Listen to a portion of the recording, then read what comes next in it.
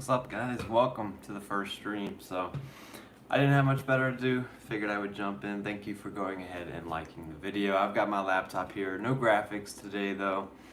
It's the first one, so I'm just seeing how it goes. Hey Nasty Balls, how you doing? Probably shouldn't be the first name I ever read on stream, but it is. So I did do Watkins in, Wilson out. And it is sort of a luxury transfer, I suppose. Let me turn this shit down.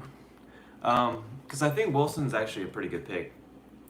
I was looking at his fixtures, and really the only real reason I would do Watkins in is because he has a better fixture this week, besides the fact that I think Aston Villa are a better team.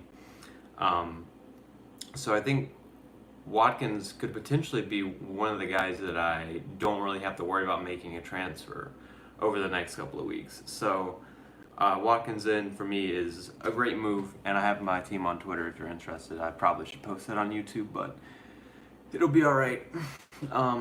So I'll start off by mentioning some questions I had in the DMs. And it's sort of Ziyech is an interesting topic of conversation because we've really only seen 2 games where he's produce points, and he hasn't been playing long. So really for me it's still a wait and see on Ziyech. But the thing about it is Chelsea will probably score goals, and I mean that's obvious, but where are they going to get them from is the question. And Ziyech, he's yet to show me like a real goal threat, I would say, in terms of people that really get in the box and score a lot. But at the same time, he could be a player like Mahrez. I mean, Mahrez did really well for Leicester and for Man City at times, and it's not necessarily all about, I don't know, staying in the box. Like, if he can dribble, and he's got the creative side of things, Ziyech, but he hasn't quite shown me that, like, Salah and Mahrez ability to, like, dribble into the box, cut in on the left foot, and shoot. He's sort of more, like, stayed on the periphery of things and delivered the ball into the box. So that's why I'm not completely sold on Ziyech yet, even though, I mean, if you have him at this price, you can't really go too wrong with him, right? Like, it's not that bad. Hey guys, how's it going? Hey Jack and Pratik, thanks for joining. Said Henshu, by the way, if you're still here, first one ever to comment and chat, so thanks for that. But yeah, so as far as Ziyech goes, I still don't have him. Let me check his ownership. I think Ziyech, he'll probably be in my team at some point. He's one of these players. Hey Adam FPL, how's it going? Are you from America, by the way, Adam? Because it's super early here. I'm in Eastern Standard Time, and had to wake up at pretty early to watch it. It's like very dark outside still. So yeah, let me know any questions you guys have. But let me check out Ziyech's ownership, because this is a player that it's one of those ones where I won't blame myself when he does well for not really considering him.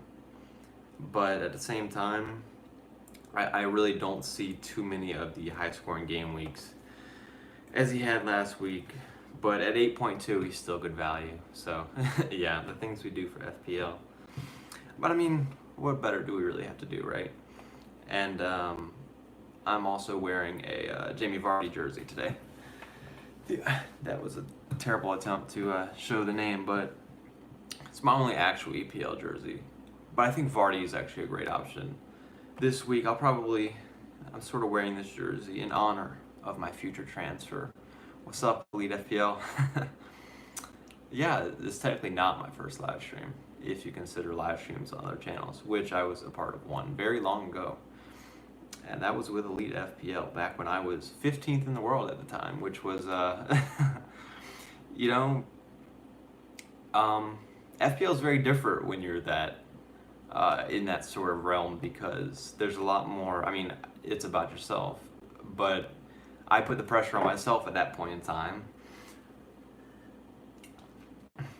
And at some point, it's almost like, what's it called? It's like depersonalization almost, because you're like, if you're thinking about the transfer, you're thinking almost like you're watching somebody else make your transfers. You're like, I mean, that's a bit extreme. I mean, but hey, we're FPLers here, so I think you would understand the dramaticism of that. But yeah, so back to Ziyech. So he's 18.7% owned, and he hasn't played. I mean, he started 2 games yet. So I think potentially some overreaction. He's started against Burnley and Sheffield. But if Chelsea can get one player that they're really that's central to their attack, things could go very well. I'll be right back. Let me make sure this stream doesn't die. So just look at a chair for a bit.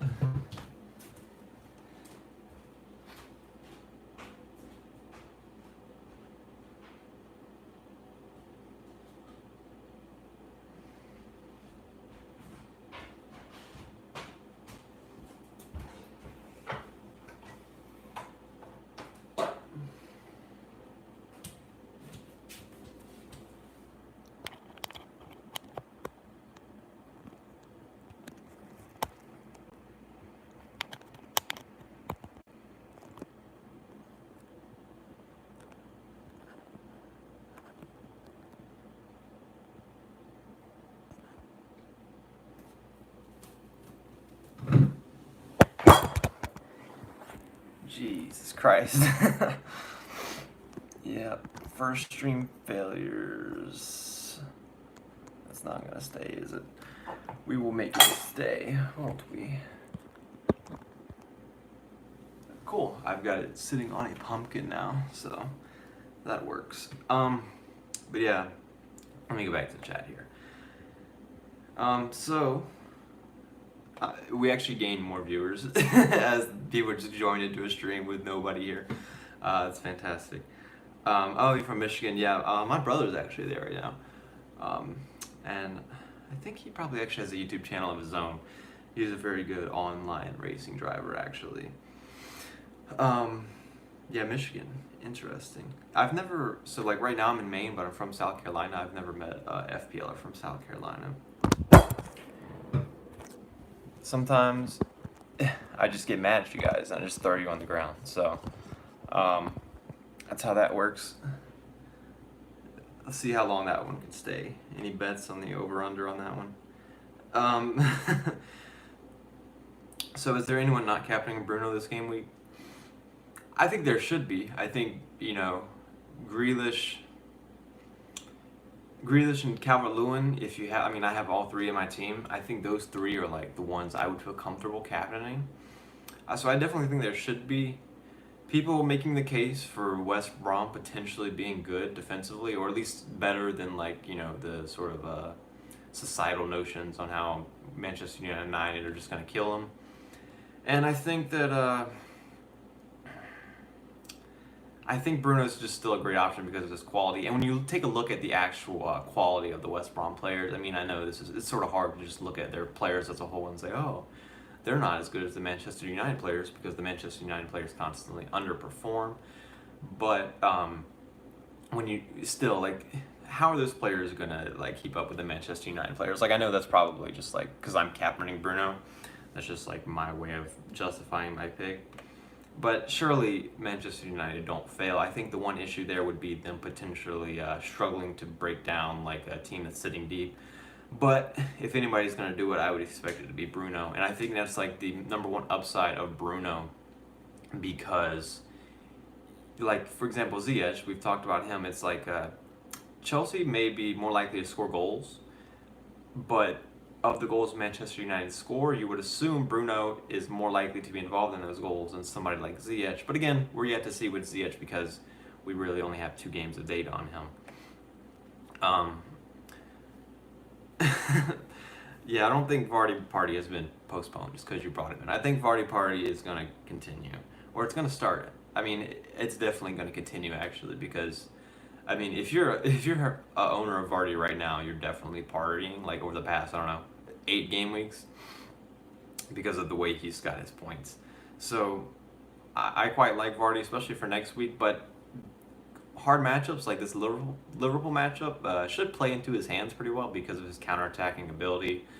But I also would say that hopefully, I mean, you would assume Liverpool, because if you look at the way the tactics have sort of played out so far, with the way the Aston Villa game went and everything, you would assume that Liverpool would do everything in their power to stop that from happening against Leicester. Like, they know Vardy's a threat on the counter. They'll do whatever is necessary to, make sure when they give the ball away, they have plenty of numbers back and they can drop off and still have midfield support. But who knows, like, what actually happens in that game. Vardy's a little bit too good. I mean, let's be honest here. Vardy's, like, very good. So, it is hard to do. Is it worth taking a -4 hit to remove Salah to bring in KDB or Grealish? I mean, it depends on your team, but I would understand it. Personally, I like Grealish over KDB just because you know what you're going to get more, because Man City have been so just inconsistent, and they cost so much. Grealish is, 7.5? I think you go Grealish over KDB if you're going to do that. If you're going to captain Grealish or KDB, then that makes the transfer potentially more worth it. Like, if you don't have any good captaincy options out there. And then you bring in Grealish and then captain him. I mean, Grealish should get a return, right? If you captain Grealish and he doesn't get a return, just blame Grealish.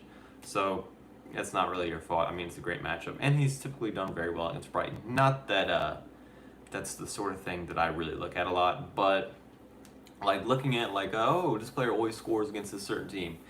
I think it's important when the team, like, let's say, Vardy always scores against Arsenal or whatever it may be. If Arsenal are like the same tactically and personnel-wise from the last couple of times that's happened, then yeah, that's valuable information. But if they've changed a lot, or if the team, that Vardy's on has changed a lot, then it's like, 5 years ago he scored a hat-trick. Who cares? It really doesn't matter. Because it's a completely different team at that point. Yeah, Chelsea fixture is probably the best this week, Jack. I would agree with that. I have Chilwell and Zuma, so luckily I can watch the game feeling like I have a Chelsea attacker because of how good Chilwell, or how far forward Chilwell has been. I do quite like to look at the Chelsea fixture, and that's one reason I brought up Ziyech, is because how he's got high upside because of the team he's on and because of this.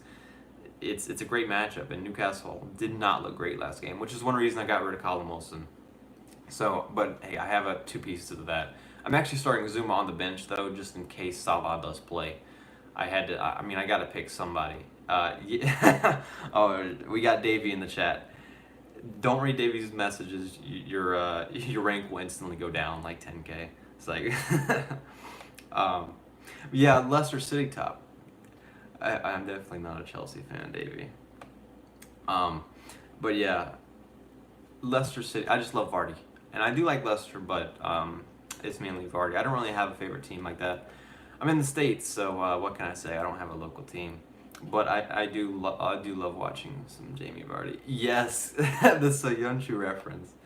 Yeah, the American version, right? If you pull up a picture of him, you'll realize that he is like, we don't look exactly alike, but I mean, my hair is long right now, and I do look like Soyuncu.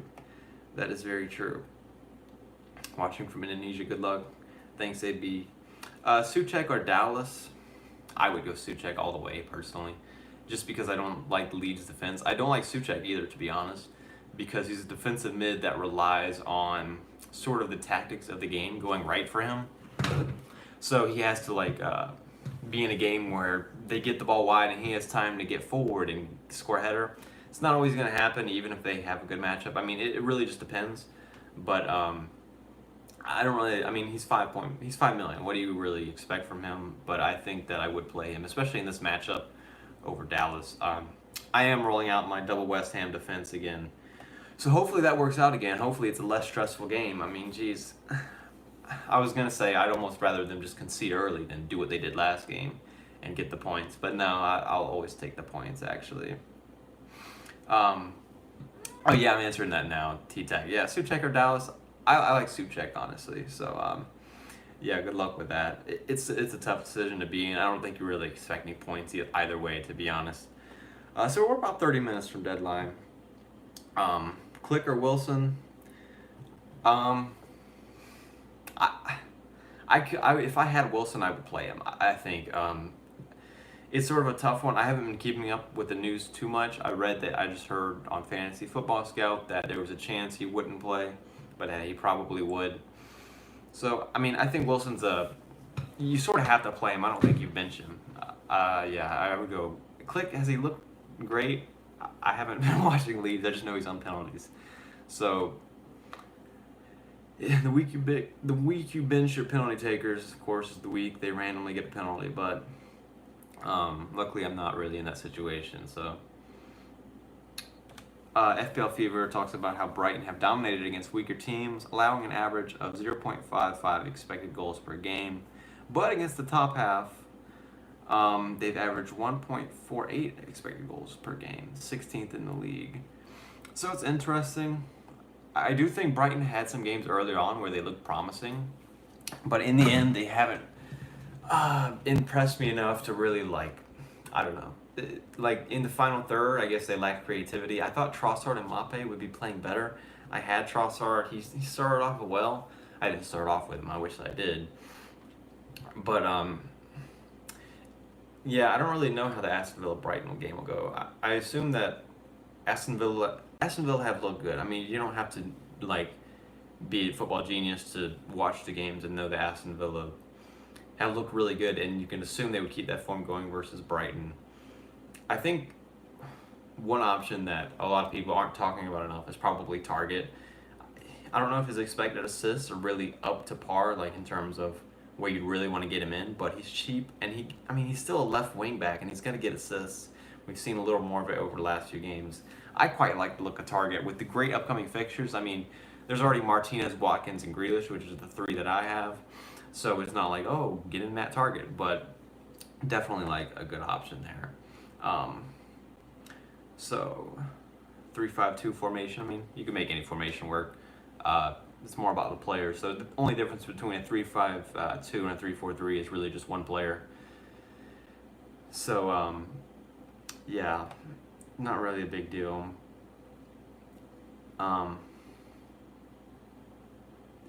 Blue looks better than red on you. Thanks. I'm taking fashion tips from FPL Fever. It's very nice. And if you do have a fever, you may have COVID, so be safe. Martin Thomas, Arsenal or mid-table team, prove me wrong. I'm not going to prove you wrong. I don't, especially from an FPL point of view. You won't really see me going after Arsenal assets that much. Aubameyang is, for me, he's always been a headache to own. Even when he had his 23 goals in that one season, I don't think I owned him once all season, to be honest, because it's hard to predict. Players that are hard to predict, they make it hard in FPL. Especially the 6 million players or stuff like that. Because let's say I get a rotation where I rotate a 4.5 defender and a 6 million midfielder in and out with rotation. Based on fixtures. So if I have, let's say McGinn and he's scoring against big teams and doing nothing against the little teams, it's very frustrating. So I like the predictable players, and it's hard to find. But some players I would say are characteristically more unpredictable, and that goes for players, the teams as Arsenal. And I hate watching Arsenal, to be honest, because they it's watching a team that could do so much better. If you're not an Arsenal fan, or if you're an Arsenal hater, it's probably great to watch them, because they just, sometimes I'm just how are you not doing this well with the players you have? But that is the case for a lot of teams, a lot of times. Son for KDB -4 this week or not. I can't say I would do it in that situation, and I don't love Son or KDB, to be honest, this week. But they're still the premium assets that can deliver at any time, I would suppose. And I just look at this game as if anything can happen in that Man City-Tottenham game. I'm not really too convinced that Man City are the better team going into the game. People forget how good Tottenham have looked so far over the season. I know they didn't look creative in the last couple of games. They didn't create a bunch of chances. But they've still had a great season so far, and I wouldn't be desperate to get on KDB, who sometimes is stuck playing a deeper role. He'll probably be on penalties, but I forgot which. I think it was the Leicester game. He ended up almost playing as a defensive mid, and it's almost like he's setting up to get the assist of the assister, not looking at getting shots on target. So there are games where people love KDB. Obviously, he's a great option. And if he's in the right role, if he gets his chances, he's going to finish them. He's a great player. There's no doubt about it. But there are some downsides to him. It's not I don't know. I just feel like the idea that people are looking at Man City assets is like, oh, we have to get them in because they will do good soon. I mean, it's not necessarily true. They will probably do good soon, but just, don't be too shocked if you get them in and they just continue to do poorly because, if a team's playing poorly, a lot of times they sort of tend to stay that way. But, I mean, hey, I completely understand getting on De Bruyne as opposed to someone like Sterling.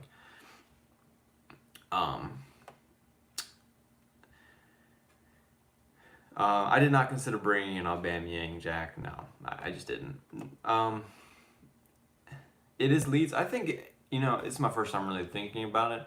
I think that is a good matchup for him, really. Leeds, I said the same thing with Zaha, and, that's basically, well, it's not the same position, actually, but you can counterattack Leeds. I thought Zaha would actually do a little more than just an assist against Leeds. But he still did well for me. I was glad.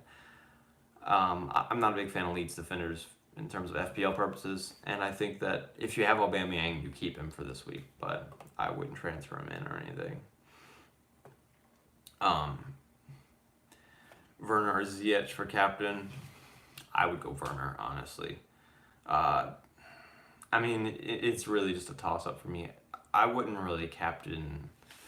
I don't know. It depends on... I would still captain Grealish or Bruno over them, but that's just me.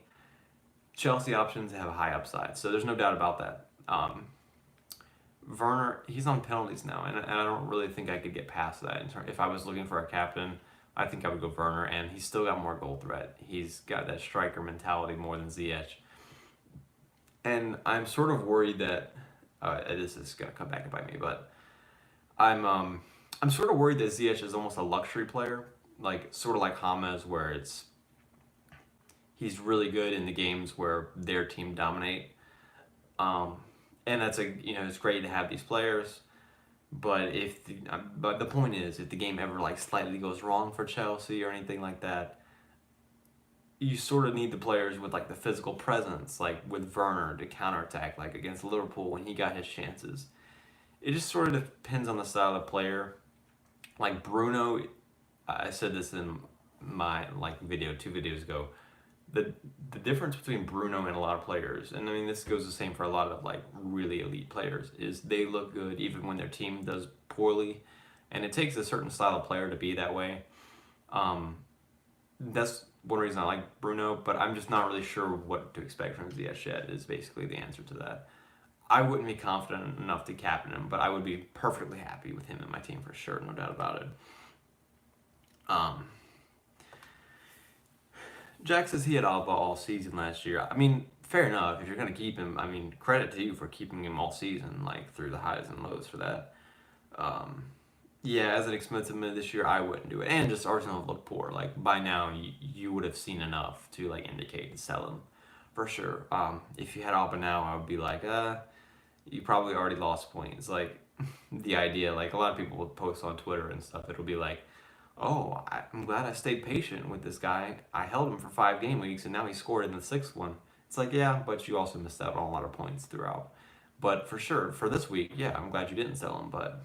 you probably could have got rid of him immediately and had more points by now, but yeah, that's the way things go. So, 17 minutes till deadline. Davey asks, is the aim still top 10K this season? Yeah, I mean, I'd say that's the general aim for me every season now. I mean, I didn't really even know I didn't really keep up with the overall rank at all before my first season, which was, I guess I got really lucky that season when I finished 50th, but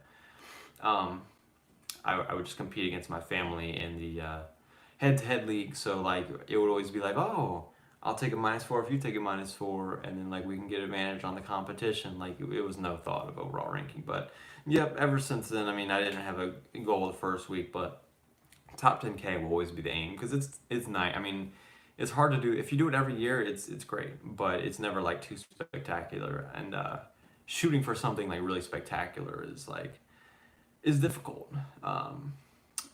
Let's talk FPL is live. See, I'm missing his live stream right now. What a shame. I do quite like his videos and streams. He was the first YouTuber I actually watched of FPL, and he got me into taking it more seriously. So that was actually pretty cool. Afil says, well, thanks, Afil. It's nice. Siddharth Megan with the Maximilian Muss photo there.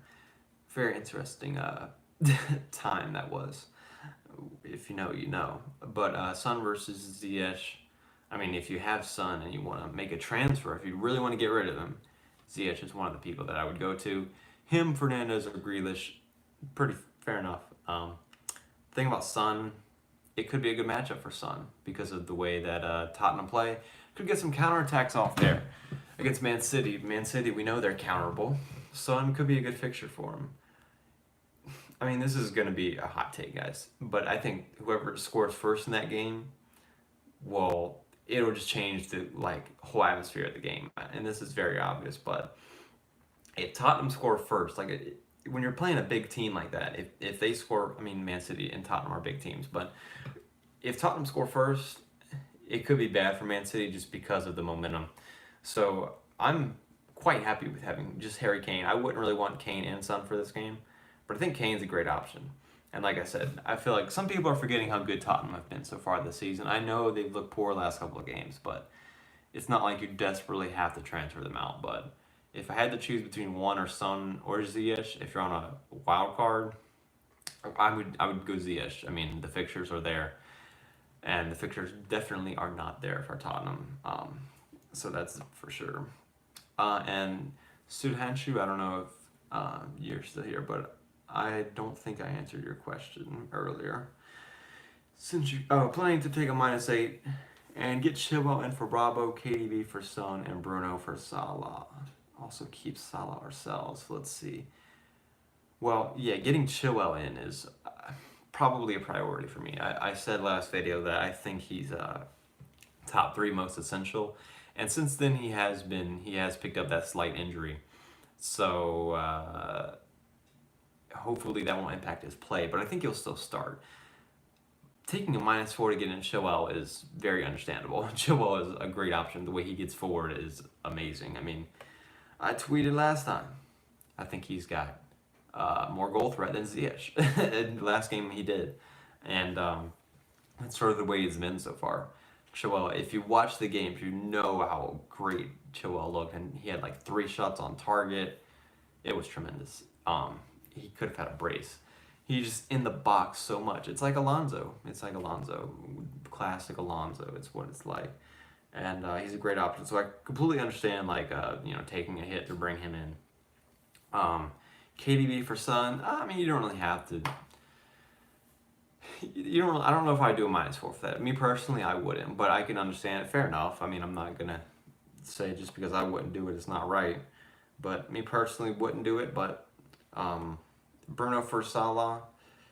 It depends on the rest of your team, I would say, in terms of can you bench Salah and still have good players playing? If so, still getting rid of Salah is a risk, because if he comes back, next game week and then he starts, looks good, scores, you're like, I sort of just wasted a transfer. But if the player you get in this week does well, you gain immediate points. So if you're gonna do that, Bruno is the way to go. And that's the aggressive move. I'm not going to say it's good or bad, but Salah to Bruno is definitely, it's aggressive, especially if you're going to captain Bruno. So it's sort of, and this goes into another point that if I ever stream a lot in the future, I will probably make this point a lot. And that is, people make too many decisions based on ownership, in my opinion.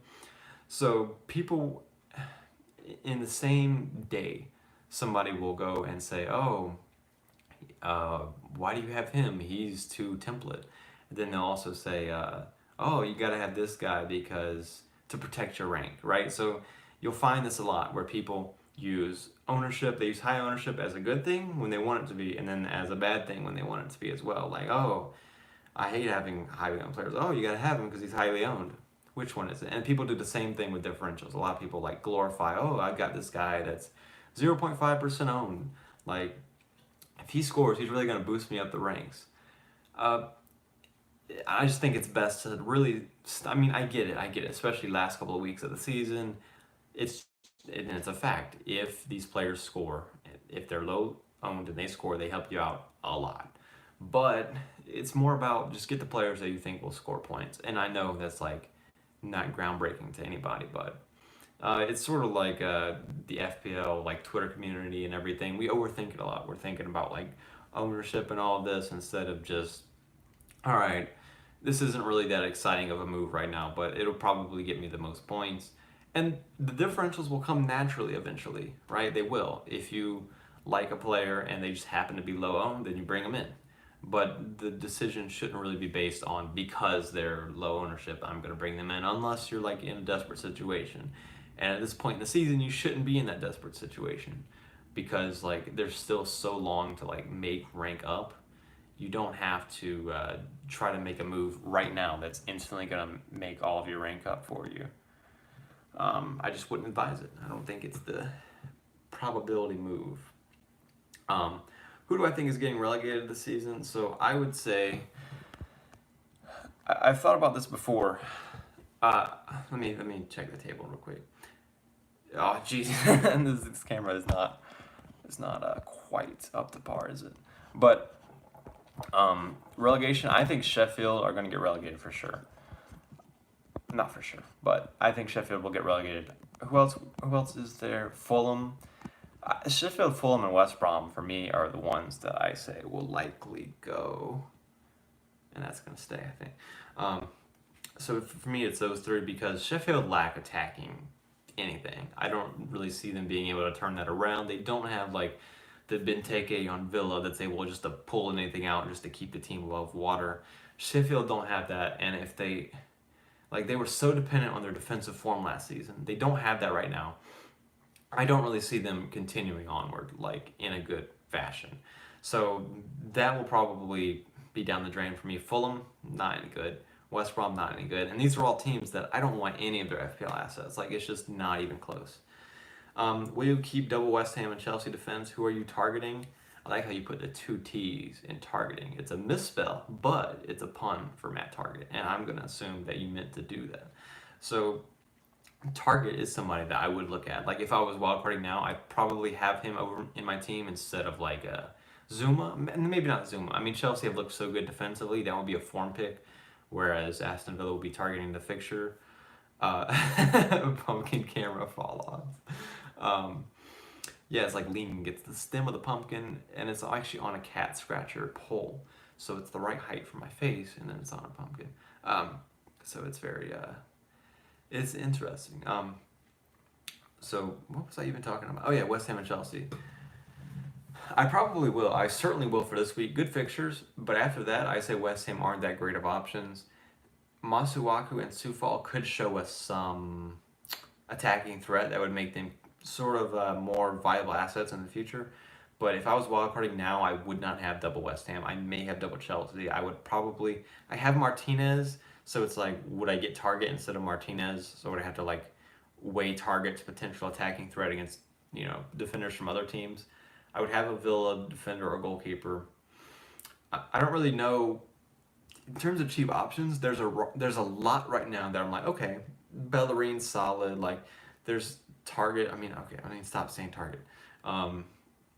The West Ham guys are solid, and there's like a couple other ones that I'm like, okay, they're okay, but there's really no standout for me at that price. So who knows? Maybe I would have double. Oh no, Leicester.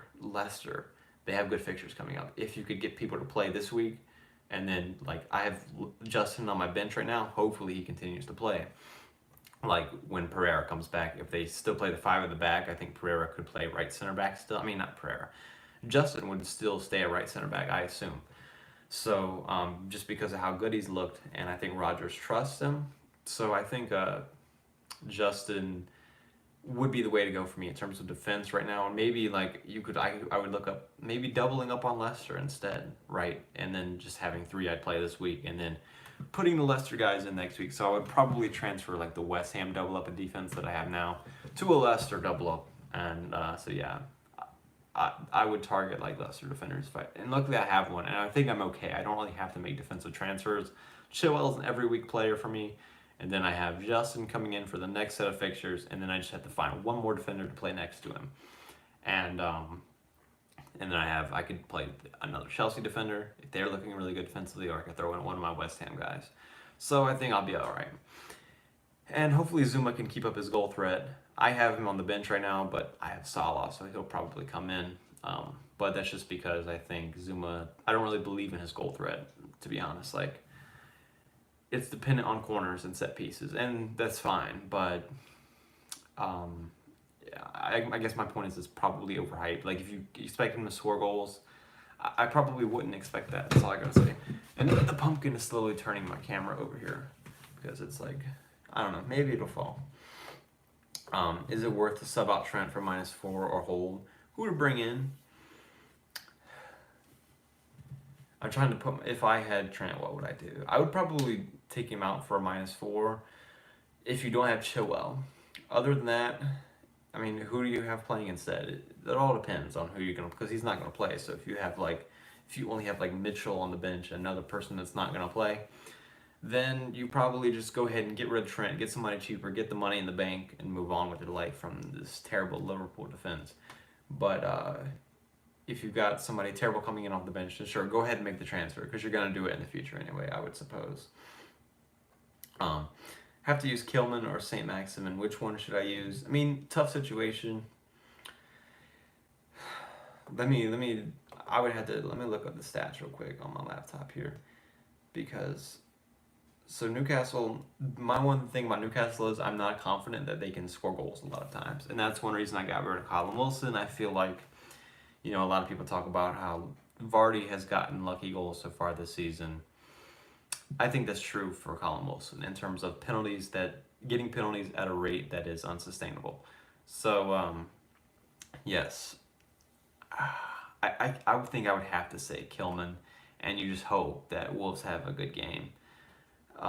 But St. Maximin is higher upside. I would really understand either one. Like, there's a reason you're asking this question, and that's because it's almost unanswerable.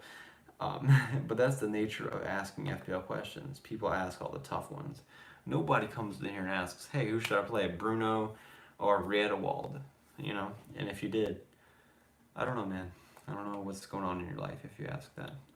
So Newcastle so far, they have 9 expected goals so far this season, which is worse than Fulham, for example. They're pretty low down there, and that's probably my number one complaint for them. What's Wolves' expected goals against so far this season? Wolves, I mean, it's not as bad as I thought, I suppose. It's not great.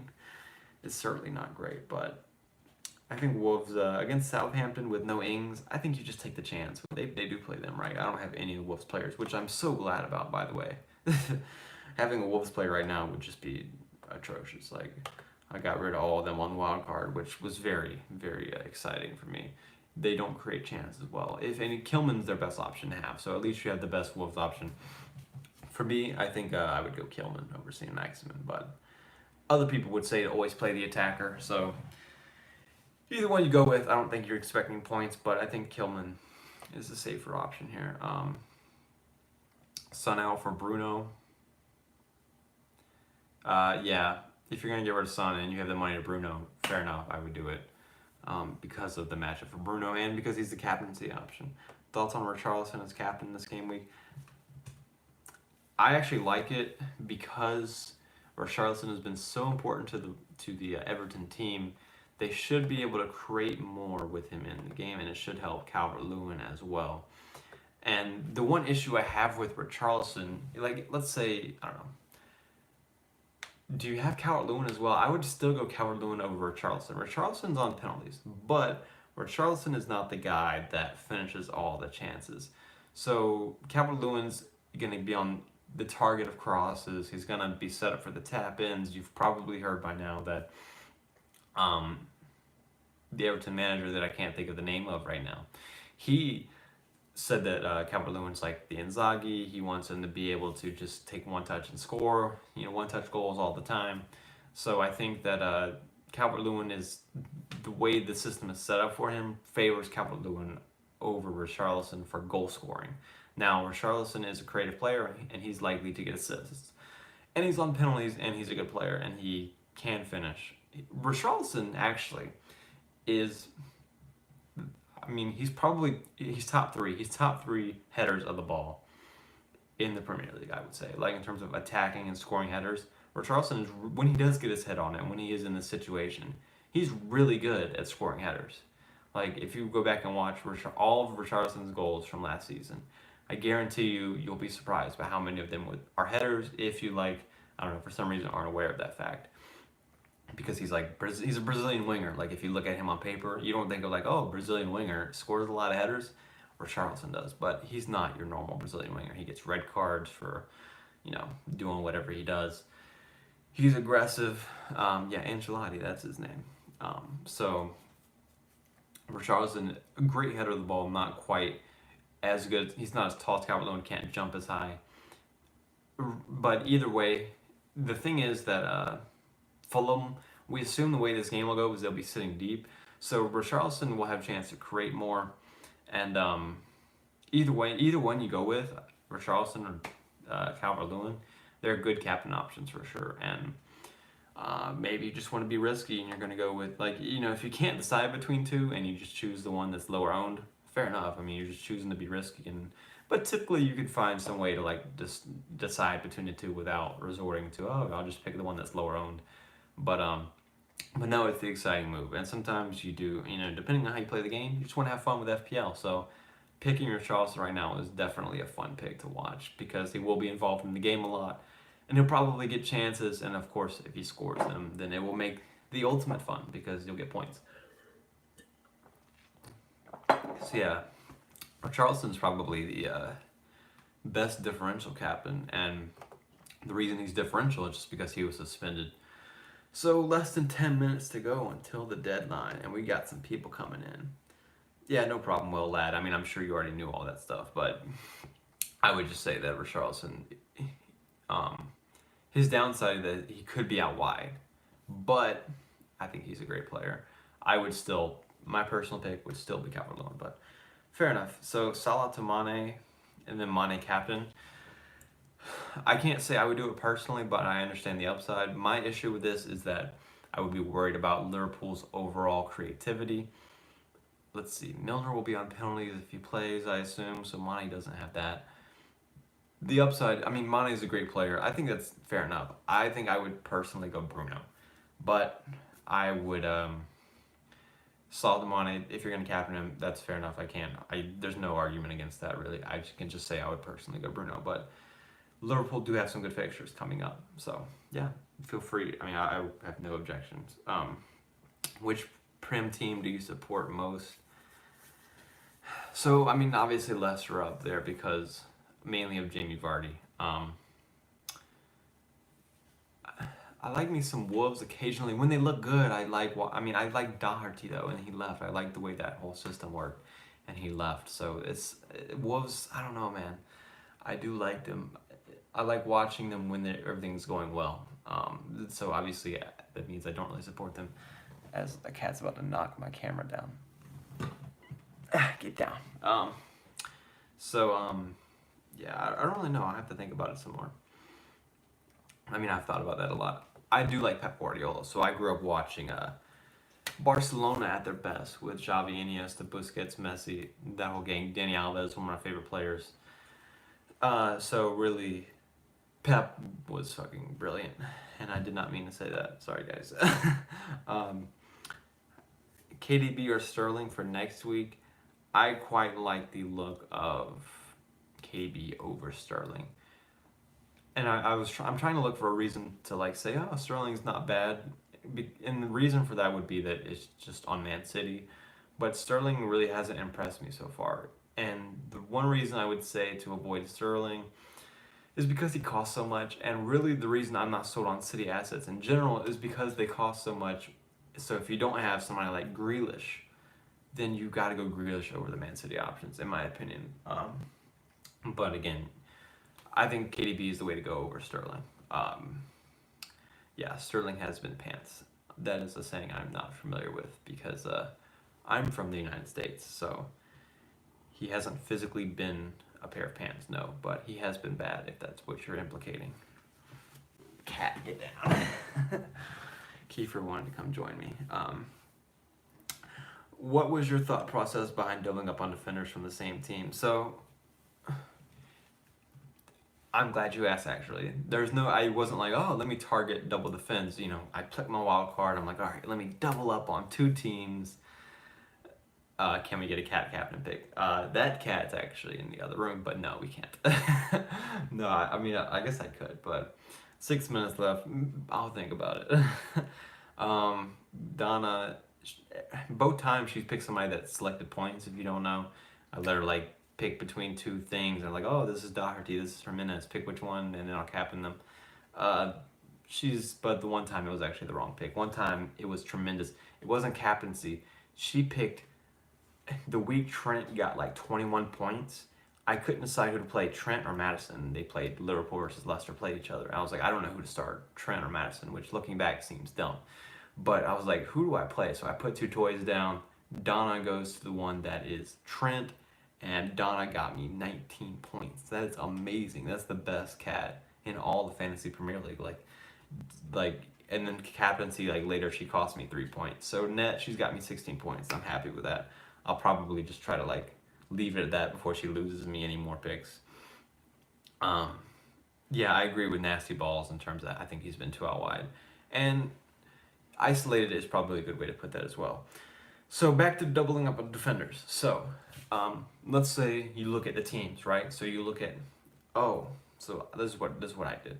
I was like, I like the West Ham defenders. They play Fulham and then Sheffield and Masuaku and Sufal if West Ham stay with 5 at the back. They're wing backs who get forward a lot. So this is perfect. So I'm like, okay, I like the look of West Ham. So I put in like one of them in my team. And then Chilwell was obvious. Chilwell was obviously gonna always be in my team. So there's no doubt about that. So then I feel like a lot of people, basically what I'm trying to say, I feel like a lot of people would have been like, okay, I got some defenders from this team. Now let me go put some defenders in from another team. But you got to look at the players independently, for my opinion. So if I think Chelsea are more likely to get clean sheets than another team, why would I only get one Chelsea defender? And then I'm like, you know what, just to be nice to this other team, let me throw one of their defenders in there as well, just so I have some No, if I think they're more likely to get points, I'm going to get 2 of them. It's just how it works. There's no point, I get spreading it out is safer, and if the fixtures, it's about the fixtures as well. So if the fixtures work right, then yeah, you spread them out so you can rotate the fixtures in and out. But I'm like, West Ham and Chelsea, they've got some good fixtures coming up. They rotate okay, and Chilwell's an every week player for me. So Chilwell doesn't really count into this, in my opinion, because he's every week because of his attacking threat. So now, considering that I'm playing a 3-4-3, I only need 2 more. 3 minutes left to deadline. I only need 2 more defenders to play. So if Chelsea have a good matchup, Zuma goes in there. If West Ham have a good matchup, then I throw both my West Ham guys in there, and I get 3 defenders every week that have good matchups or whatever. And then I also have Justin on the bench coming up with good matchups. So that was my whole thought process behind like doubling up on 2 teams. I feel like it just worked out perfectly in terms of Chelsea and who they play last week? Sheffield United. I feel like they should have had a clean sheet in that game. Now they play Newcastle. I feel like, okay, 50-50 chance they get a clean sheet, something around that. But yeah, I'm going to look at every player independently and not just say like, let me just pick 5 different defenders. If I think one team's going to get more points or, more clean sheet points, more defender points, then why would I, it's almost like just because I have one doesn't mean I can't get another one. So, fair enough. Who's going to win the league? It's going to be Sheffield United. We all know that. No, it'll probably be... I don't know. I think the pick right now for me will honestly be Chelsea. Just because I'm seeing some defensive stability, which is huge. They got a good keeper in, which is huge. They got great attackers, which is well documented. And then they have Conte playing at his best.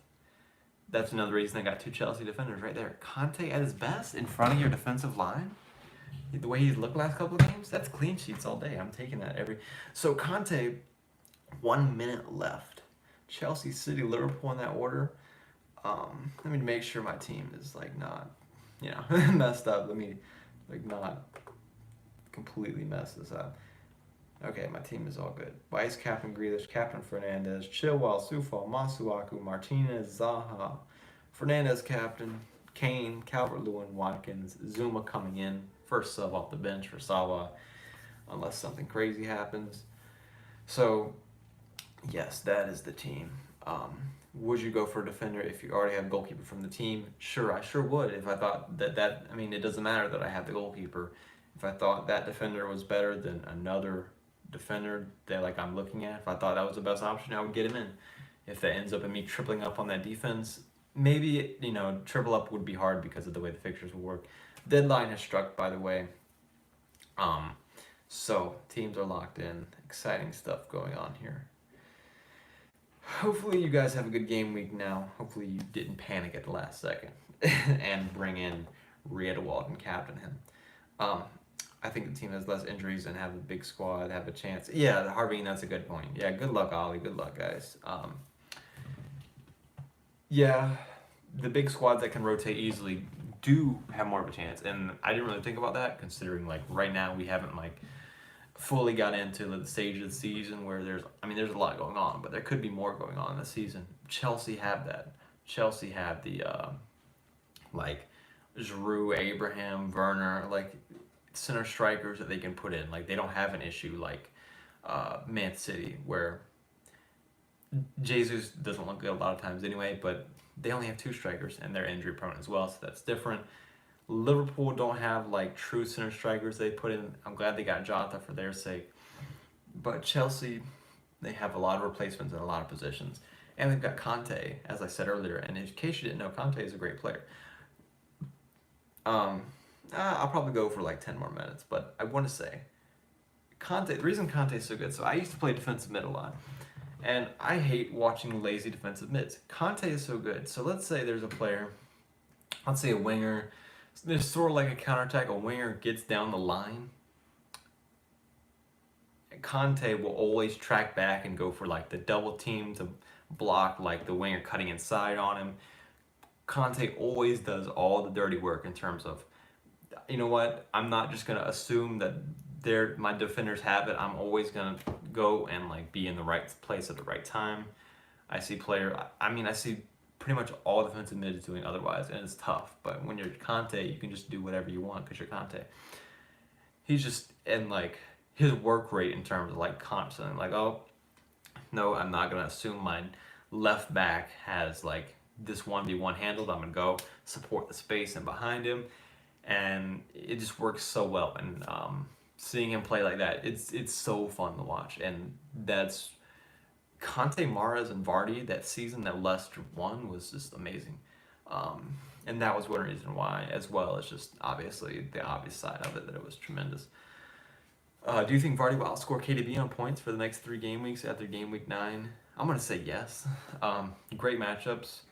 It's hard to tell because the Vardy penalty thing, yeah, Man City haven't looked great, but Vardy has just been getting penalties. Is he going to actually get goal-scoring chances from open play?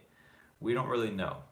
I would assume that those would start to come more, and then like his penalties would fade out, like just based on, I don't know, statistical regression, those kind of things. You would assume that Jamie Vardy, with his goal-scoring habits, would be able to actually score some open play goals. But you would also expect that his penalties, that he's sort of been getting lucky. I mean, who knows? Maybe Leicester get 20 penalties this season. But I think Vardy is the way to go for me, just because he's also cheaper than KDB. Let's not forget this. But I think Vardy is the way to go for me. More of a built-in functionality of goal scoring and getting returns. KDB can have a good game without really getting too many FPL points. I say that. Maybe that's not true, but yeah. I changed my captaincy to Bruno 2 hours. I'm just scared because of Manchester United's inconsistency. Well, I'm scared as well, but I just keep like reminding myself. I'm like, well, if Manchester United have a good game, if they do, I get their inconsistency, but if they do, Bruno will probably be involved, and even if they have a bad game, Bruno will probably at least play well. He's a good finisher. He can finish his chances. And hopefully he can get a lucky penalty. But I don't trust Manchester United. I'm with you. It's terrible. If they just don't create anything at all, it'll be a tough watch. But the alternatives, how much do we really trust Villa? I Grealish, if Grealish was on penalties, that would make me feel a lot better about him. So I just couldn't quite captain Grealish this week. And there's still Aston Villa, and I sort of expect some inconsistencies from them as well. Like, yeah, they're a team that's playing very well, but with the quality of players in their team, it's not like, world class talent. You would expect them to be inconsistent as well at times. So, um, that problem, it's not just about Manchester United being inconsistent. I don't know if Antonio is going to play. That's a great question. I haven't been keeping up with Antonio simply because I've just I've liked Kane. I brought in Watkins this week. I quite liked him. I'm like, I'm not even going to deal with the Antonio situation. Yeah, Conte is so good. I definitely agree with that. When will Salah be back in the team? He's in my team. When we be back in the Liverpool team, I hope next week. I hope next game week. I really do, and I think that's likely. If he's not, I still think for my situation it's worth keeping him. But I would. Nobody really knows so far is the best answer, but I think there's a good chance that he's back for game week 10. Bruno to Katie be the move to make. Already own Vardy and Salah. So now that the deadline's passed, we can start looking at potentially is Bruno out the way to go? Well, we'll have to see because they play Southampton and West Ham. So Southampton should be a pretty good matchup for Fernandes. I think I quite like it actually because it sort of reminds me of who did they even? Oh, Everton. Like potentially some space there to work with. Not a team that's necessarily going to sit deep all the time. So and that worked very well for Bruno. So I quite like the look of him. Another thing to consider, side note on Bruno here, the home and away thing. A lot of people are like, oh, he's only done well away, but his last 3 home games he's played Tottenham, Chelsea, Arsenal. I mean, if he blanks in all those 3, can you really blame him? I would expect him to get like 1 from those 3 just because he's a good player, but geez, it's not that big of a deal yet. He did blank against Crystal Palace as well at home. But yes, it may be true that he does better on the road than at home. Fair enough. But to claim that he's never, at this rate, it's not going to keep up. It may be a slight difference, but it's not the difference that's being represented right now by FPL points. He's going to get some returns at some point at home. And I think West Brom is a fair enough time for that to start happening. Yeah, Bruno got 2 price rises. I was happy when I saw that second one because I got him in at 10.5. Yeah, I don't think Antonio will really start. Haller has been poor, so they have reason to get rid of him. But West Ham have continued to get the results, so they don't really. I mean, I don't know. I don't know the level of his fitness. We don't really know. But I could see Antonio coming off the bench. Hopefully, if you did start him, hopefully it doesn't really come back to haunt you. Yeah. Have a good week, guys. Thanks, Harvey. And who would you say are the best captain picks for the next 3 game weeks? So I would say, let me check the fixtures before I just start saying names like a dummy. So game week 10, we got Crystal Palace, Newcastle. Why did I even say that game? We got Liverpool play Brighton, so Salah is always going to be a good captain option. Seeing that. Man City versus Burnley. Again, I'm waiting for Man City to prove something to me before I get them in, but that's just me. Man City typically do pretty well against Burnley, because Burnley just can't handle that sort of style of play. Everton versus Leeds. Calvert-Lewin. Solid captaincy option there. Bruno, if he can, depending on how Manchester United look, I think Bruno's a captain option next week. So for me, best 3 would be, we got Leicester versus Fulham as well. So best 3 for me would be, I don't want to rank them yet because again we'll have to see, but I think Salah, Bruno, Vardy, and then Calvert-Lewin. That's 4. I can count. But I think those 4 are. I'm trying to think of anybody else. I think those 4 would be the 4 that I'd say that I would be looking to go for, or at least players from those teams. Chelsea plays Spurs, so those teams are sort of ruled out for me for sure, actually. So yes, that is captaincy options. Who will get the goals for West Ham anyway? Who knows? That's a great question. I think against the big teams, Fornals has looked good so far. But other than that, I mean, who knows? Bowen had just the one good game against Wolves, really. I don't really see many goals coming from Bowen, to be honest. Yeah, who will score for West Ham? Hopefully Masuaku and Sufal. That's what I say. Do you finally see Manchester United keeping a clean sheet this week?